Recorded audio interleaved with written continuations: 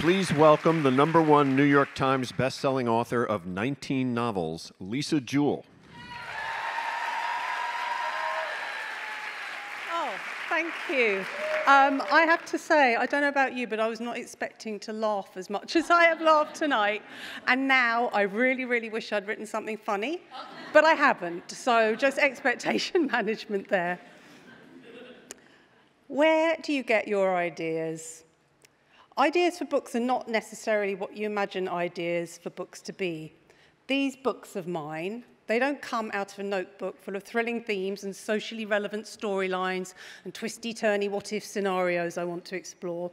They're not based on things I've read about or people I've met or stories they have shared with me. Sorry for all the people who shared stories with me.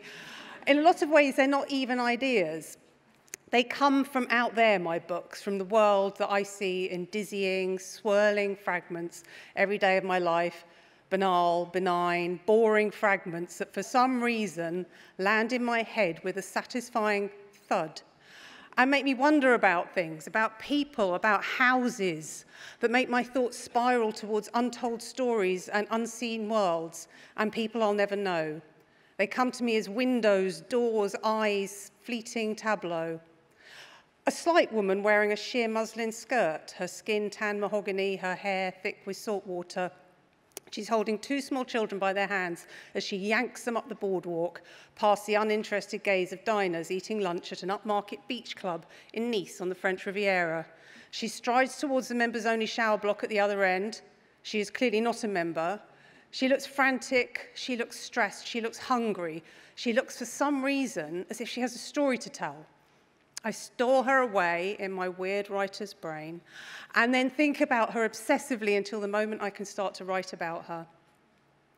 A man, 30-ish, of average height, with a stolid, slightly squat build, is stamping heavy-footed down a steep hill outside a small school where the children, just released from their day into the beginnings of a light snowfall, are running in circles, swiping handfuls of fine snow off car bonnets to make tiny snowballs which they throw at each other, but which disintegrate before they reach their intended victim.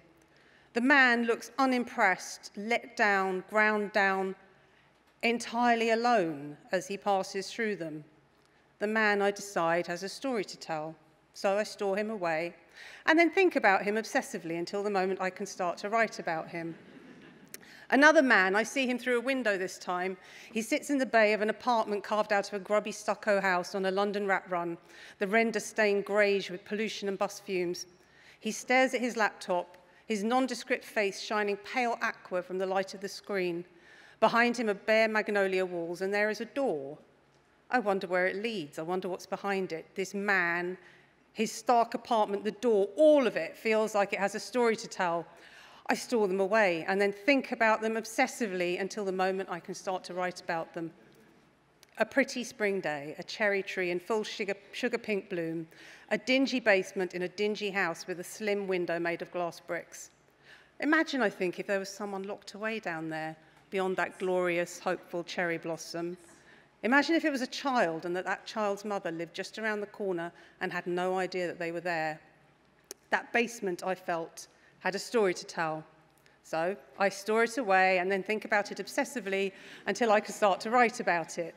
They announce themselves in a very forward way, these moments. I am here, they say. I am your next book. So when the time finally comes, I open up a fresh document on my laptop and I start to write so that I can stop wondering and start discovering. Thank you very much and happy birthday, Simon & Schuster. Thank you.